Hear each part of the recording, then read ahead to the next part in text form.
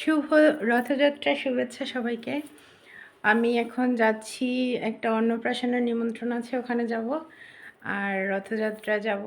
তোমাদের সাথে সব ভিডিও শেয়ার করব, আমার সাথেই থাকো। দেখো কেমন লাগছে আমাকে, চলো। তো আমরা অন্নপ্রাশনে চলে এসেছি। দেখো বেবিটা কি কিউট, তাই না? ওর আজকে অন্নপ্রাশন, তো ছেলে বেবি। তো আমরা চলে এসেছি এখানে। তো ওরা সুন্দর করে সাজিয়েছে, কিছু ভিডিও ক্লিপ নিবে। তো আমাদের তো আবার তাড়া আছে, আমরা এখান থেকে আবার রথযাত্রায় যাব। তো দেখো চলো আমরা যাই। তো যাচ্ছি, দেখো বাইকে করে যাচ্ছি, তো বাইকে বসে বসে একটু ভিডিও করে নিচ্ছি। রাস্তাগুলো এতটা সুন্দর, তো এই রাস্তাগুলো নতুন করা হয়েছে, অনেক সুন্দর। তো বাইকে তেল ভরার জন্য আবার তেলের পাম্পে একটু দাঁড়িয়েছিলাম, তো সেখান থেকে একটু ভিডিও করে নিলাম। তো আমি বারবার ভিডিও করছি আর বকা খেতে হচ্ছে যে সব জায়গায় শুধু ভিডিও করছি। তো যাই হোক, যার যেটা অভ্যাস, তো আমরা দেখতে দেখতে চলে এসেছি। আমি এখানে প্রথম এসেছি, এখানে আগে আসিনি। রথযাত্রায় অন্য জায়গায় গিয়েছি, তো এখানে আমি প্রথম এসেছি।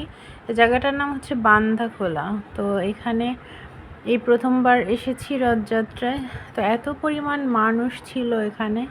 তো রথযাত্রায় মানুষ হবে এটাই স্বাভাবিক, তাই বলে এত মানুষ এই জায়গায় তো বলার বাইরে। তো দেখো রথ সাজাচ্ছে প্রভুরা, তো আমি এখান থেকে একটু ভিডিও করে নিচ্ছি। তো ভিতরে চলো যাই। দেখো এগুলো গাছে গাছে ফুল লাগানো, এগুলো কিন্তু অন টাইম প্লেট কেটে তারপরে হরে কৃষ্ণ লিখে তারপরে ওনারা গাছে ঝুলেছে। আর এখানে দেখো যে প্রসাদ, জগন্নাথ মহাপ্রভুর প্রসাদ প্লেটে প্লেটে রাখা হয়েছে। তো ভিতরে প্রভু তার মূল্যবান বাণী দিচ্ছেন, এখানে ভক্তদের সাথে কথা বলছেন প্রভু। তো রথযাত্রার কি মহিমা সে সম্পর্কে ভক্তদের শোনাচ্ছেন। তো এখানে অনেক অনুষ্ঠান হয়েছে, তো প্রভু সবাইকে বলছেন রথযাত্রা আসলে কি। তো জগন্নাথ দেবের সব কাহিনী এখানে বলতেছেন তিনি। তো তারপরে আমি একটু শুনে ভেতর দিকে গেলাম। তো দেখো এত পরিমাণ মানুষ সব জায়গায় বসে আছে, মানে প্রচুর গরম ছিল আজকে। তো এই দেখো নিরাপত্তা কর্মীরাও বসে আছেন। তো অনেক মেয়েরাই সুন্দর সুন্দর করে সেজে এসেছে রাধারানীর মতো করে। তো আমি ওদের একটু ভিডিও নিয়ে নিলাম। তো মেলা বসেছে এখানে, দেখো কত সুন্দর মেলা বসেছে। তো মেলার ভিডিও নিচ্ছি। এদিকে খাবার জায়গায় এত পরিমাণ ভিড়, তো দুপুরে খাবার দিয়ে দিয়েছে এখানে। মহাপ্রভুর প্রসাদ দিচ্ছে, তো আমরা খাবারের জায়গায় চলে যাচ্ছি। তো এত পরিমাণ মানুষ, বসার জায়গায় সিট খালি নেই, এখানে চেয়ার টেবিল দেওয়া ছিল। এত পরিমাণ মানুষ, তো যে যেখানে পারছে সেখানেই। তো সবারই তো প্রচুর ক্ষুধা পেয়েছে, অনেকে তো সকালবেলা উপবাস থেকে এসেছে। তো আমি একটু জায়গা পেলাম, নিচে বসে বসে খাচ্ছি।